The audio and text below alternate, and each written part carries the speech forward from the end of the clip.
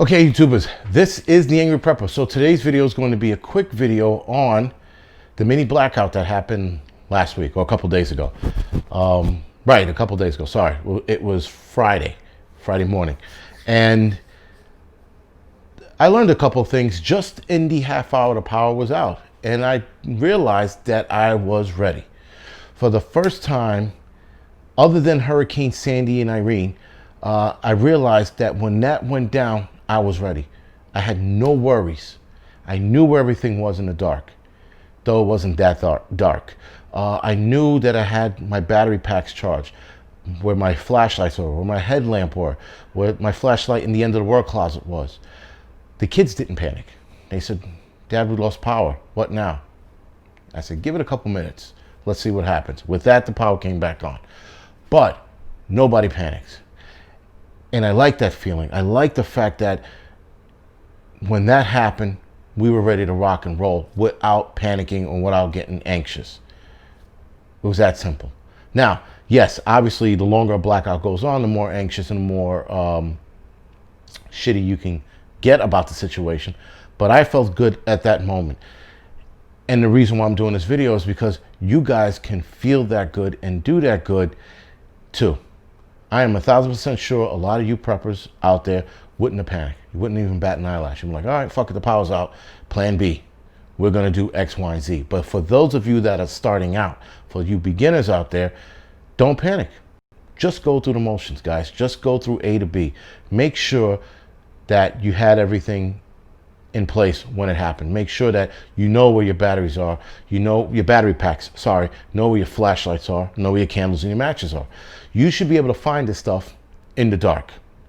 You should be able to close your eyes right now, walk out of your room and go to your drawer and get your flashlight or your candles out without even thinking about it. You should be able to walk around your house in the dark.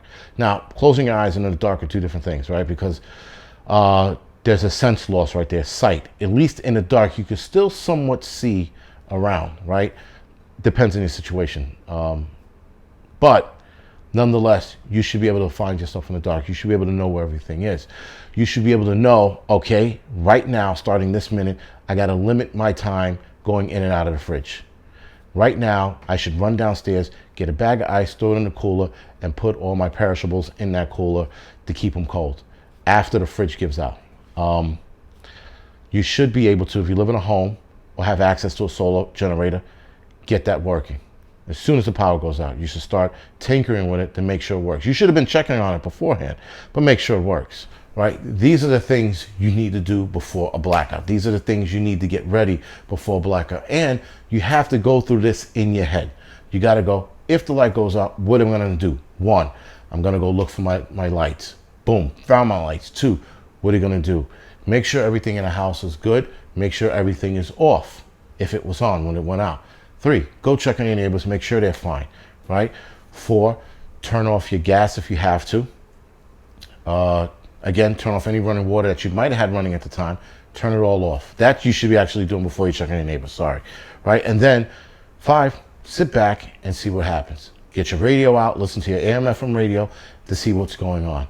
And keep in tune with that. Call your friends on your ham radio or your Bofang radio, whatever it is, and check in to see what else is going on. See how widespread this is.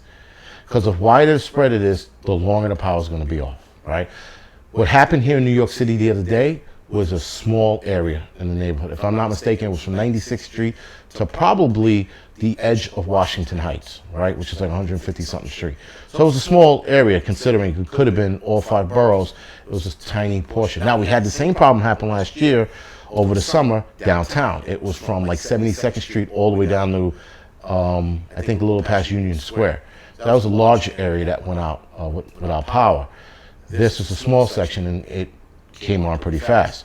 So I just noticed over time, the smaller the area it's affected, especially cities like us, where a lot of it is probably because a transformer blew up or something cut into a wire underground or a piece of the ground shift and cut the power source out.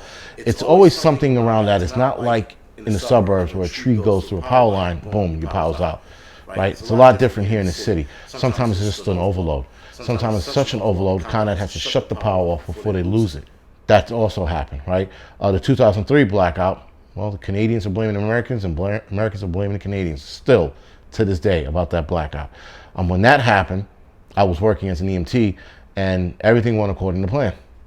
No one lost their shit, because not that we were ready, it was a blackout. But I have seen people panic in blackouts too. 2003. Now, as far as city workers goes, none of us panicked, but I did see a couple people, like looking lost. Like, oh my God, what am I going to do? The power's out. Go home, right? You wake up to a power outage. It did take me a little while to recognize it, because when the power went out at my apartment, I woke up because my apartment was hot. My room was hot. I was like, God damn it. The wife turned off the fucking AC again. And then I checked the AC. It's not turning on. I go to the plug thinking the dog laid on the plug. I'm like, damn it, fucking Tyler, he laid on the plug again? Nope, it wasn't him. Jiggle the plug. As I'm making my way back to the AC, I noticed that the TV indicator light and the cable indicator light are off. And as I go to touch it, I go, shit. I look across the way, and the hallway light in the next building's off. So I knew we had a blackout. So I was like, all right, let's go through the motions.